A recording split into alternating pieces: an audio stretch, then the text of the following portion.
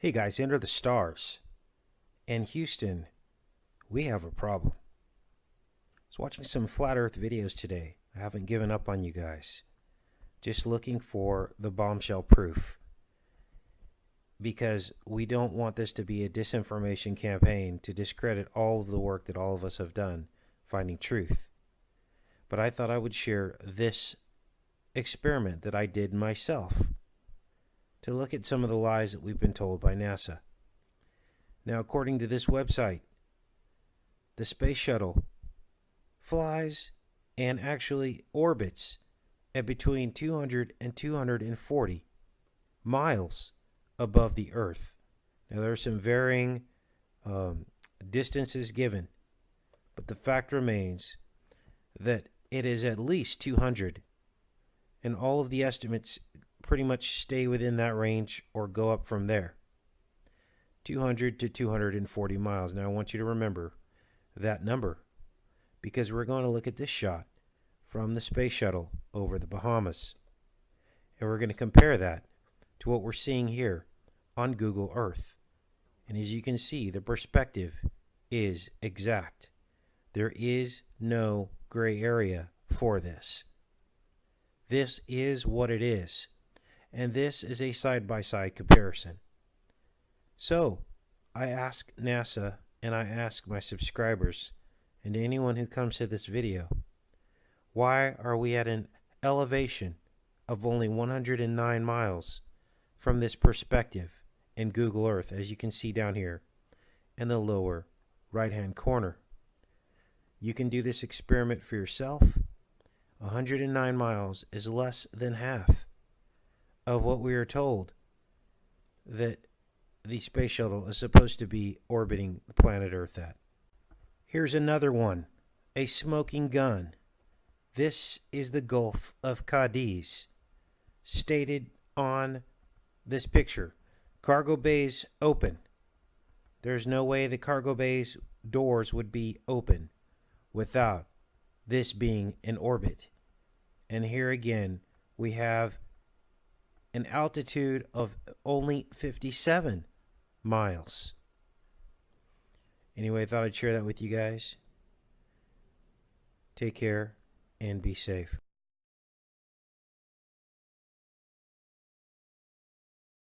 And like I've covered many times in previous videos, with space shuttles being nothing more than airplanes, according to NASA, space shuttles are nothing more than gliders during supposed re-entry. I'm going to show this clip, 100% proof. These are nothing but airplanes. They're jet powered, not coming in for a supposed glide-in landing like NASA states. And there's a reason they have chaser planes escort them in. They're simply used to disguise the fact that these supposed space shuttles have engines. And just take a look at this landing. You can clearly hear and see that this supposed space shuttle is acting nothing like a glider. First off, those wings are too small to be of that of a glider. Take a look and take a listen to those jet engines.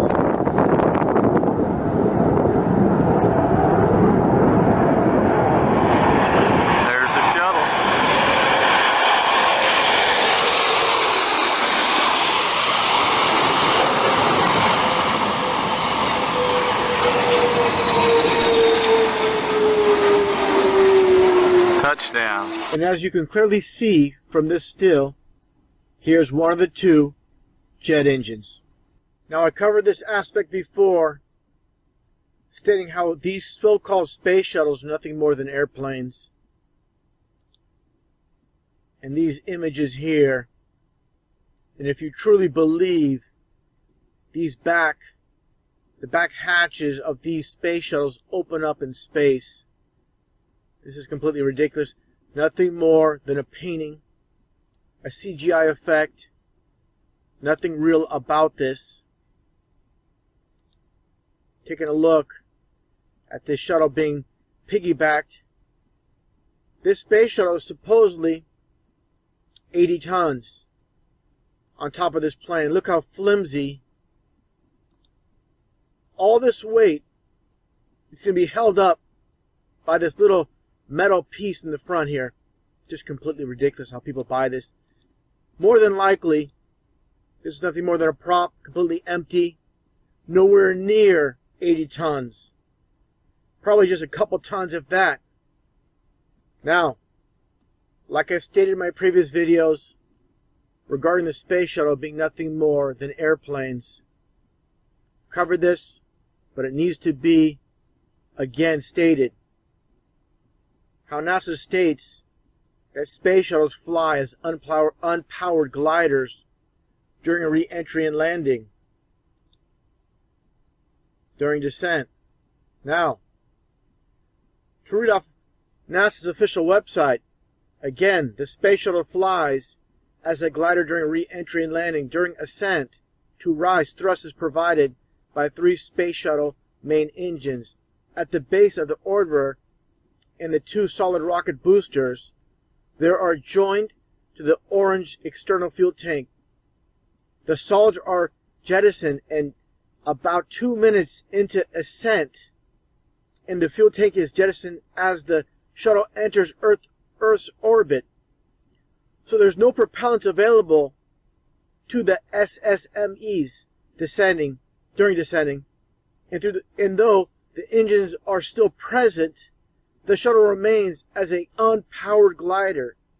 In previous videos, I've demonstrated how these so-called space shuttles are nothing more than airplanes, and I've included 1 clip per video of a space shuttle landing. Well, with this video, I'm going to show the Discovery, the Endeavour, and Atlantis landing. And with each video, you can clearly hear jet engines. So there's going to be no doubt whatsoever that these are, again, nothing more than jet airplanes. This is serious business right here as the shuttle, which is really just a glider right now. This is serious business right here as the shuttle, which is really just a glider right now. Let's turn up the audio and listen to this for a minute. And they are on final glide path right now.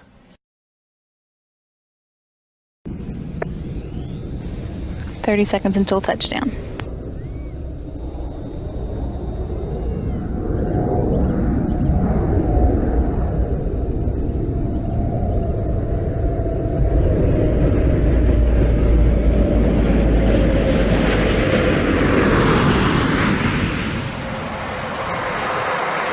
Main gear, landing gear now down and locked.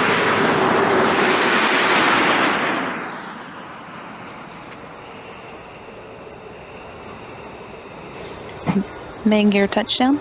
Pilot Jim Dutton now deploying the drag chute.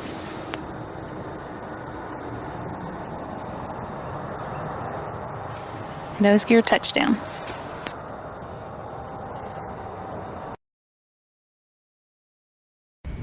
One minute to touchdown.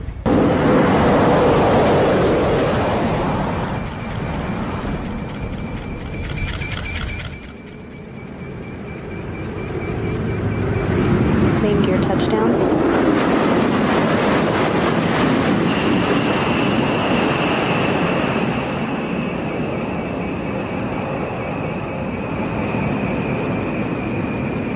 Nose gear touchdown.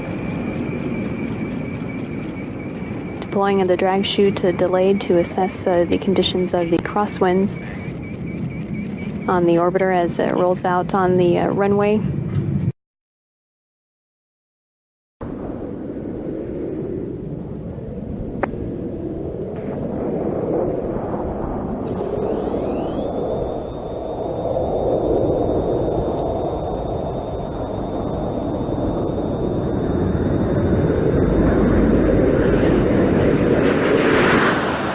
Charlie Hobart clearing up the shuttle's nose for landing, and so you can see the main gear in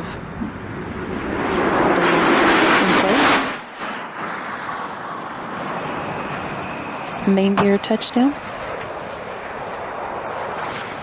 Pilot Barry Wilmore deploying the drag chute.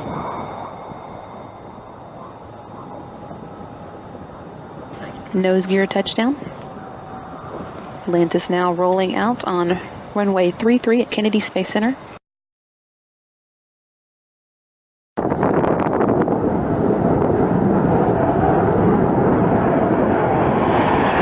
There's a shuttle.